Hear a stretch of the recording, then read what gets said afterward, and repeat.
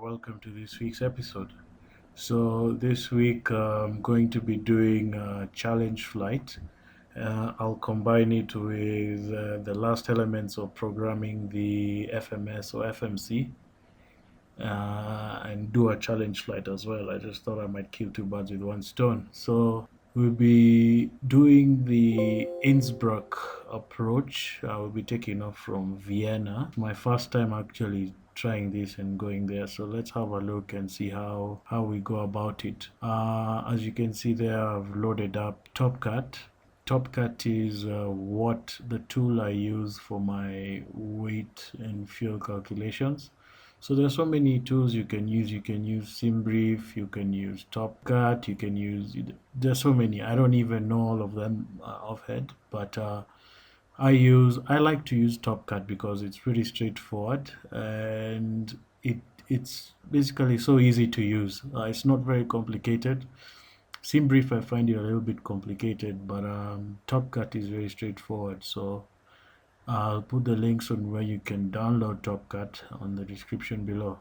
So you can see right now I'm setting up the cargo load. We're not doing a relatively long flight, so I'll just put everything relatively low so that the aircraft can be relatively light. You can see there I usually use a trick. You have to press the calculate button because sometimes after you configure, it just gives you the inaccurate results. It's one thing I noticed with TopCat. So without further ado, let's get into the cockpit.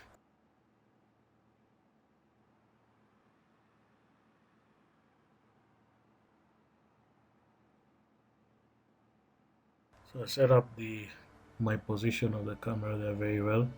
My equipment is limited, so hopefully I'll upgrade as time goes. So standard procedure, we set the battery switches, set our position lights so that everybody knows that we are getting ready to get started. Then I quickly break the rules there and go to start aligning the IRS, although I'm supposed to be patient enough to have turned on the APU and wait for it to come on, but because the alignment takes a couple of minutes, I usually just turn it on first and then turn on the APU. You can see the battery alarm has come on because I'm draining the batteries. I don't really use ground power much. That's because I don't have a lot of external scenery. So hopefully once I get the GSX ground, then we'll be using more of ground power. Then you can actually look outside the window and see some more realistic effects. So it takes a couple of minutes. We're just monitoring the exhaust gas temperature there. As it comes back down, then we can get the APU on and finally get that alarm to go off.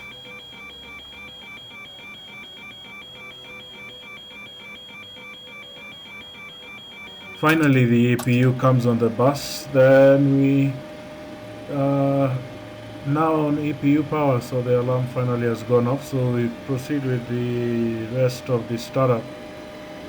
So as usual, I like to turn on the aft fuel pump.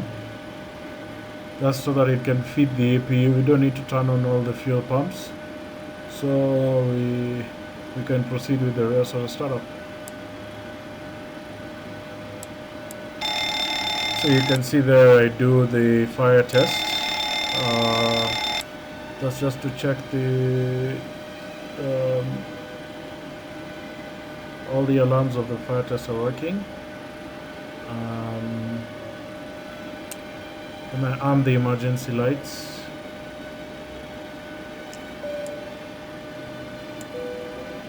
Configure the no smoking and flight attendant button.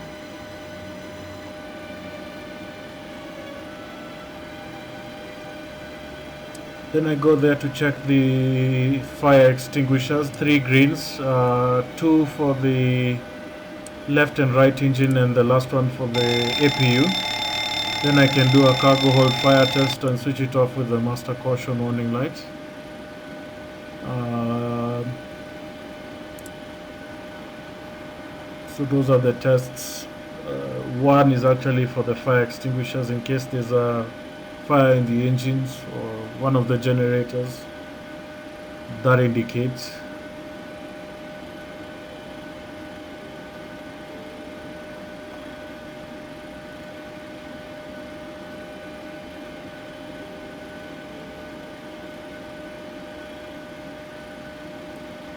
So as you can see there, I'm just having a really quick scan. You can see them on the hydraulics panel there and the pitostatics. We leave those off right now, turn them on later. So I do a overspeed warning test, and like I said, PMDG sometimes acts up. So you can see I'm trying to do the store warning test, and today it's not producing any sound. If that's a bug with PMDG, or I'm not sure, you can comment below and tell me why it does that. Some flights it loads, some flights it doesn't. So moving on swiftly. So as you can see, first thing we do is go into the fuel and payload on the FMC. You can see there we need about 15,660 lbs. Now I usually get really mixed up with lbs and kilograms, but everything is in lbs here, so just using lbs. So we need 15,660 lbs of fuel for the trip.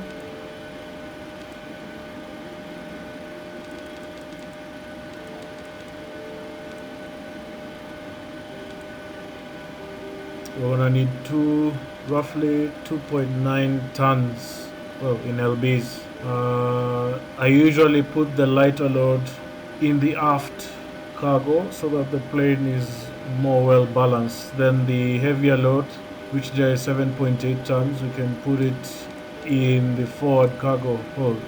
So you can see that gives us a total of 10.6 tons.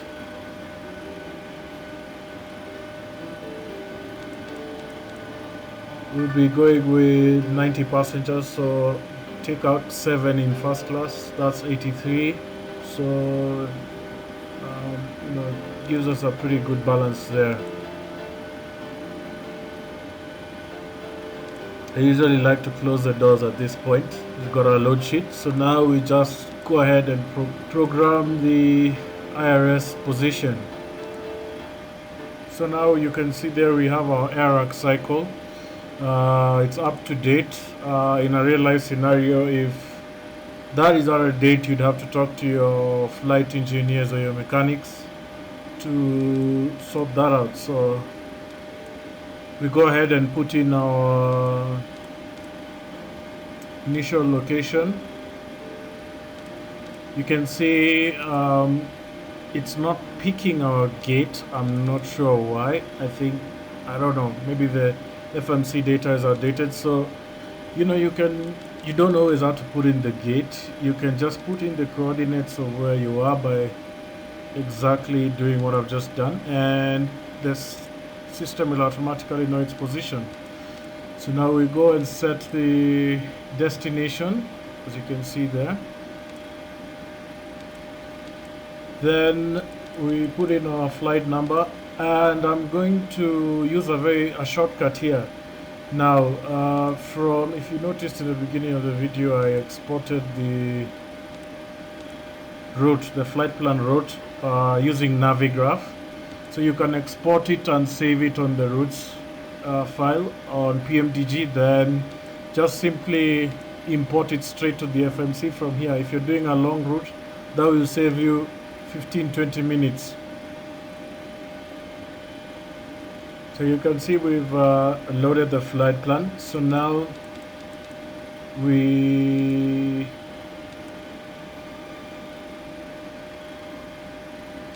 perform our initialization. So we look at our zero fuel weight. We are looking at 121,645 lbs, so 121.6, sorry, 0.8. You can see there I also forget to convert it to decimal, so 121.8, it'll round it off. We should have reserves of 3 tons in LBs. So when I say 3 tons, just now I'm saying LBs. So 3.9.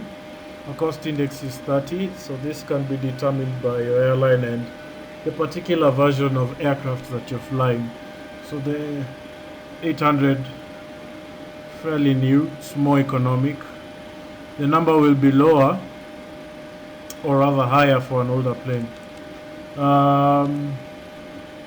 Consider our flight level is flight level 300.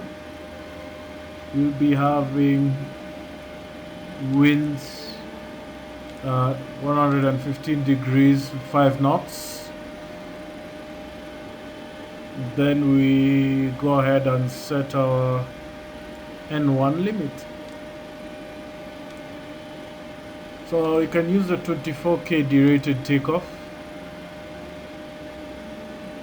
But actually, yep. We'll just go with that. Again, always click on the compute button. We want to take off flaps 5. So you can see there are V1, V2, VR and V2. We need roughly 1724 meters to take off. So we go ahead and put the 5 degrees flaps. Put in our V1, VR and V2. Velocity of rotation.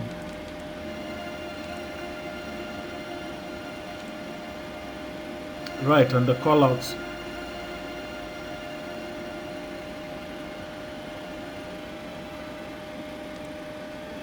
Now we go and put in our departure SID. So I'm just gonna load the Navigraph there. You can see. Okay, that's our airport chart.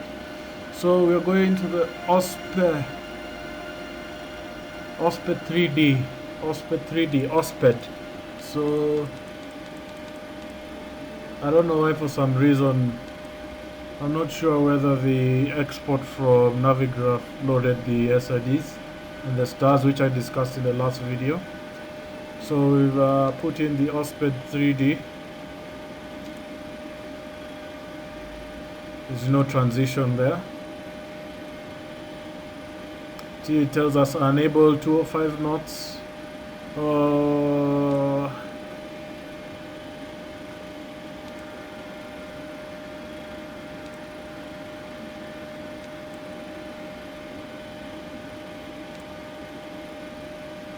We're just gonna override that. That just shows that the VNAV, sorry, will not be able to set the speed limit there, so you can just set the speed manually. So that's we have the Nani 2A star via the Romeo Tango Tango transition. So we just put that as our approach.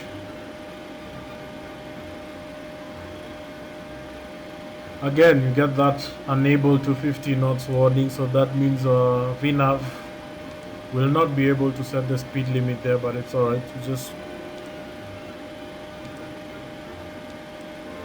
So once we've done that, we save, and for now, that's pretty much what you need to do on the FMC to get your route on to the plane and started. There are still a few other elements there, like the cruising and the descent and putting in the approach fixes. I'm a little bit sloppy on that. I think I've done it to the best of my ability, so hopefully with more time, as I get to understand it more, I can delve into that more further.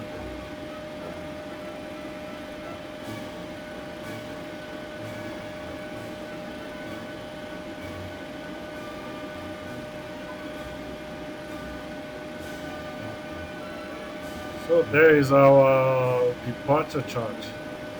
So suppose take off on runway heading, then make a left turn above 1300 feet to Ospen 3D, or rather to Ospen. So this is the departure that we are going to be using. Navigraph is a very good software. It has all these charts. Before I discovered Navigraph, I wasted a lot of time on Google searches and downloading and printing departure charts that could not even tell me my position. So Navigraph is a lifesaver on this. So you can see I'm just taking time there to analyze the departure chart. I'm trying to look for some relevant information so that I can program my EFIS, or EFIS. So I'm just gonna go ahead and set the altitude, headings, vertical speed, indicated airspeed, turn on the flight directors and the auto throttle, standard procedure which I discussed in my previous videos.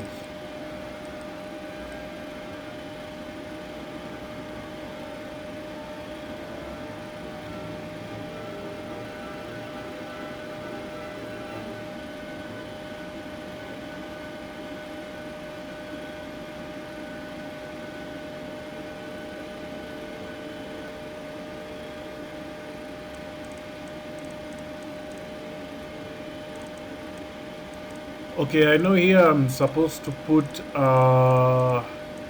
V2, but I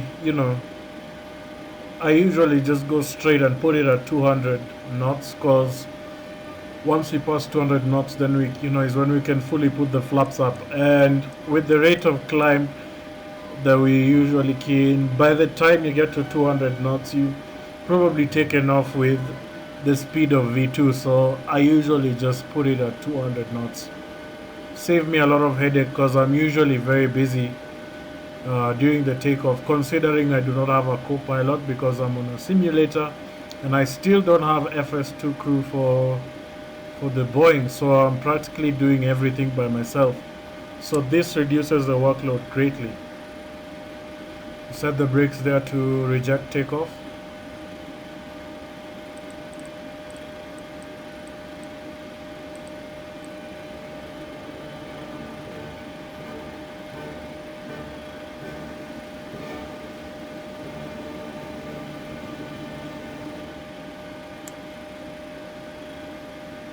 Do a lights test there. Make sure all the lights, EFIS panel lights, warning lights work.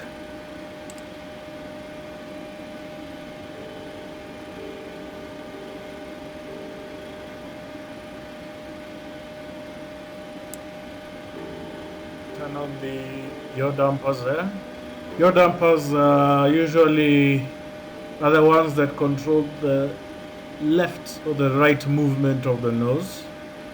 So usually turn them on so that we can have can stabilize that. So again, we turn on the fasten seatbelt signs.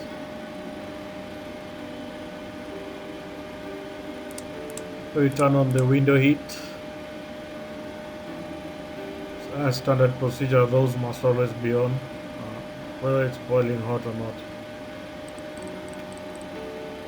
We put our cruising altitude and our landing altitude. I think Innsbruck is let's look at our chart there. It tells us airport elevation. Looking for the airport elevation.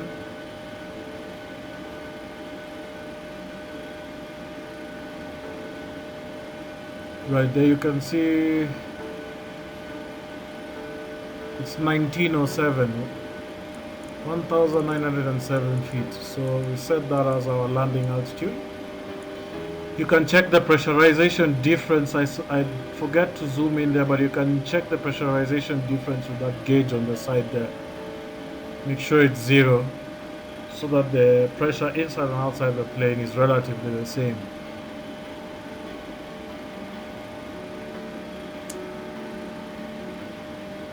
So we turn on our anti-collision lights, turn on the hydraulics. Typically the first officer would have, I think you're supposed to turn those a little bit earlier when the first officer is doing a walk around, or whoever pilot is doing a walk around, just so that they can monitor if there are any leaks or anything fishy going on with the hydraulics. But since we're in a simulator, we'll assume all that is fine since we don't have any failures set up. So we're going to turn 90 degrees to the right. So we configure that on PMDG, on the PMDG pushback. And we make sure the doors are closed again, make sure the wheel chocks, everything is out, and then we begin our pushback.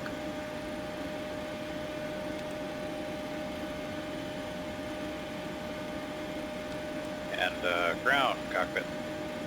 Go ahead, Captain. We're all set to go up here. We've been cleared to push and start at your discretion. Roger that, ready for push. Power and air are clear, doors closed, we are ready for pushback. Please parking brake, please.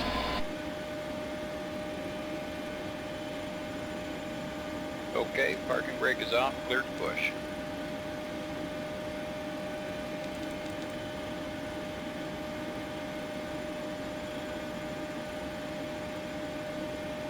Brakes off, here we go. Now we can turn on all the fuel pumps, turn off the packs, turn off the wing anti-ice. We leave the APU bleeds on, otherwise we have a really hard time starting these engines. I learned that the hard way.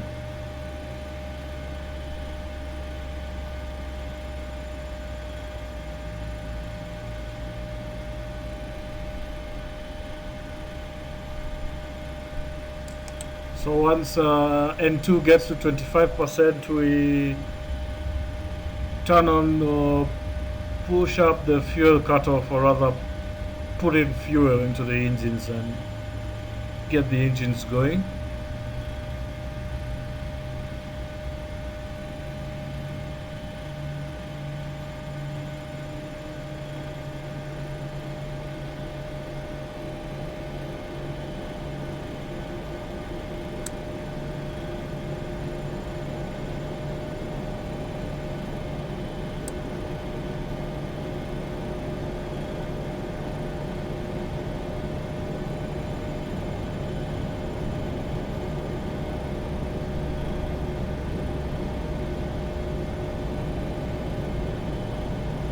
Push is complete, set parking brake, please.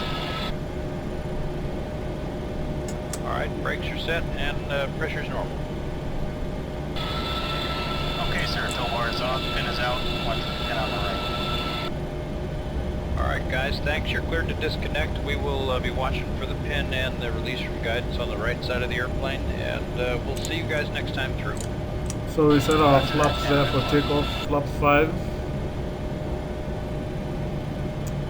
Now we can turn on our pitot-static valves. Those pitot-static valves basically just keep some sensors outside at the nose of the plane warm, so that where they don't freeze up and they can give us accurate speed and altitude readings. We set our start levers, start switches there to continuous. That's just in case there's an engine flame out during takeoff, so that's very rare, but it's a feature on the Boeing to prevent an engine flame out, which could be catastrophic during takeoff, should it happen. We turn on the packs.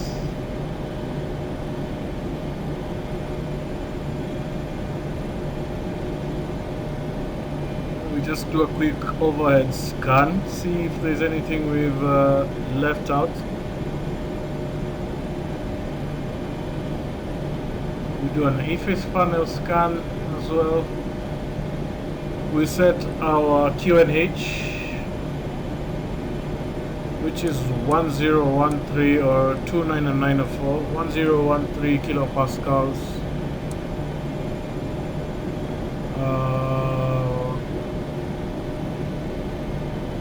Then we do a flight control stuff: full left, center, full right, center, full forward, center, full back, center.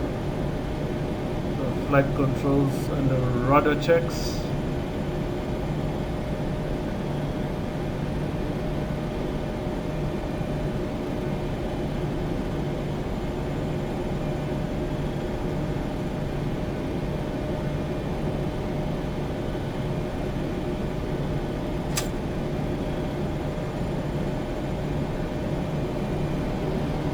We're ready for taxi.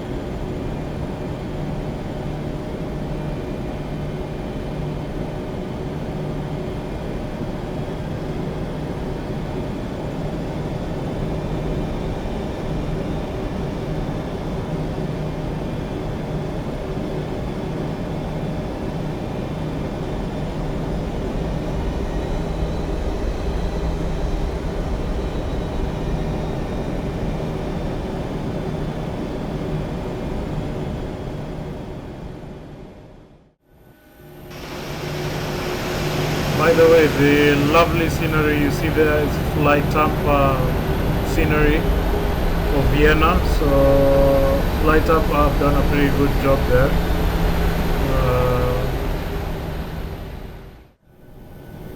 That's a elevated view. You can see there's some AI traffic there.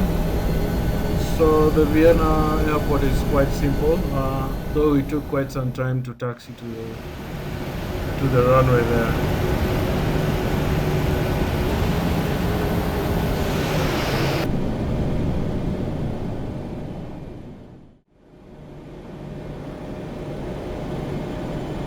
Told to hold short and wait for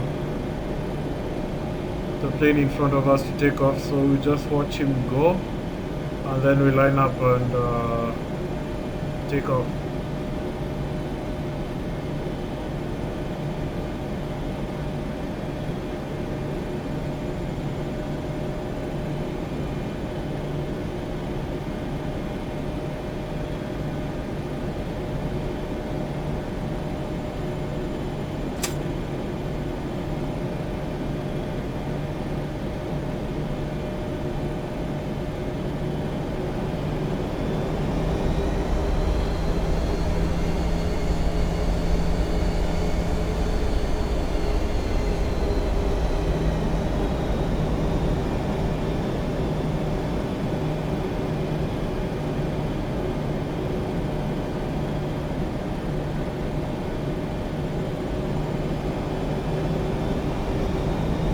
Here's our takeoff clearance. So I didn't really, we're using PMDG, so I didn't really program the flight plan onto flight simulator. So we just requested a straight up departure. Then from there we pretty much will follow LNAV on the FMC. So usually we wait for them to stabilize. In a real aircraft, the exhaust gas temperature would stabilize and go down, and that's when you can put full power. But this is a flight simulator, they don't go down, so you just put them at full power anyway.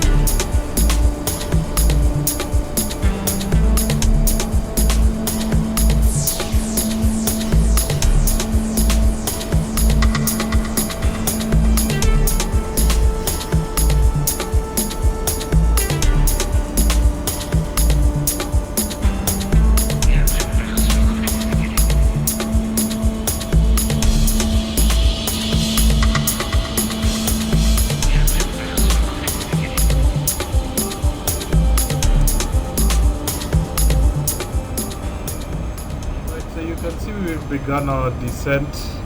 This is a pretty interesting descent. It's my first time coming in here, and you can see I'm way too high. We've already programmed the localizer, and we're just waiting for it to come active. But you can see I'm coming in quite high, quite fast. So I've even put the speed brakes just to kill a bit of speed. I actually put down the landing gear early just so that I can slow down the plane further. We're in a simulator, so everything is relatively calm. But in a real aircraft, as you can see, you're in between the mountains. The likelihood of getting a lot of wind shear that can give the aircraft serious changes in altitude is very high, so you have to be very careful with that.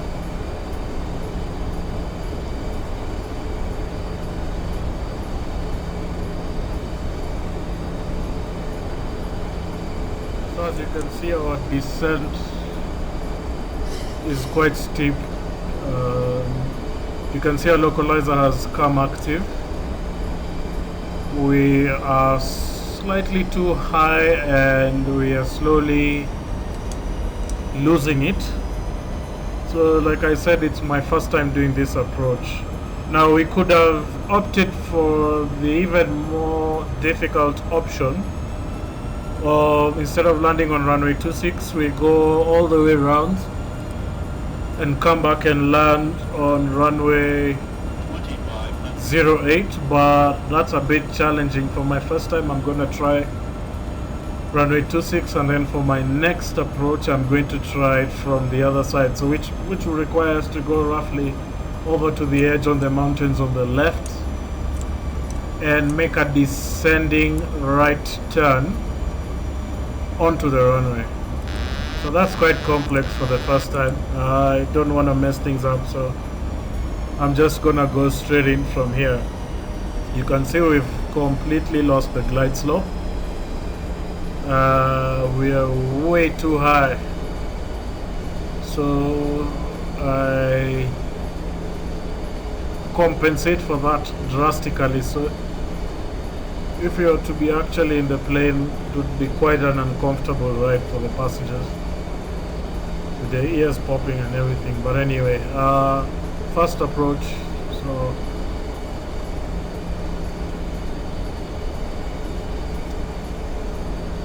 you can see that's now where we make the final slight adjustments there, and the runway actually becomes visible because it's usually hidden on the right. So we've managed to capture our glide slope. You can see here the VREF speed is very, it's actually below the stall speed. So you have to be very careful how you come into this approach. Light slow. 50, 40, 30, 20.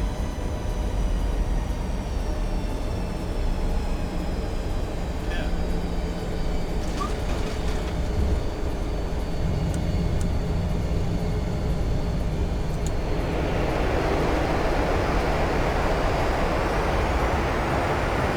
Not exactly what you'd call a butter landing, but given the circumstances and for a first try,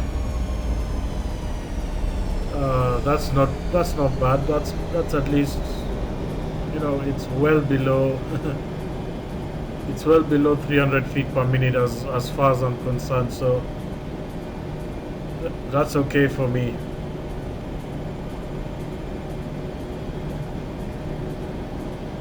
We're just gonna turn around on 80 degrees and taxi to the stands. Now the lovely scenery you see there is from just sim. designed by Just Sim. So I'll put the links on the description below where you can get that scenery. Very nice scenery there from Just Sim. I believe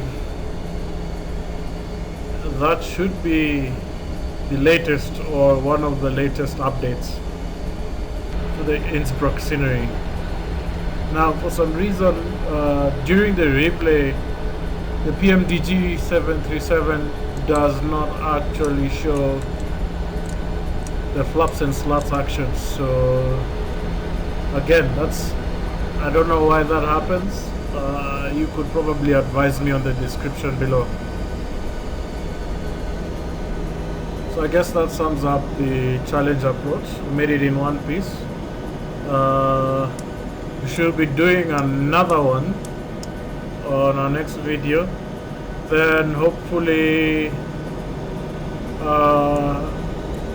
we shall progress. We started with the Dash 8. We're now on the 737 PMDG. Then we'll probably move to the 787 from Quality Wings.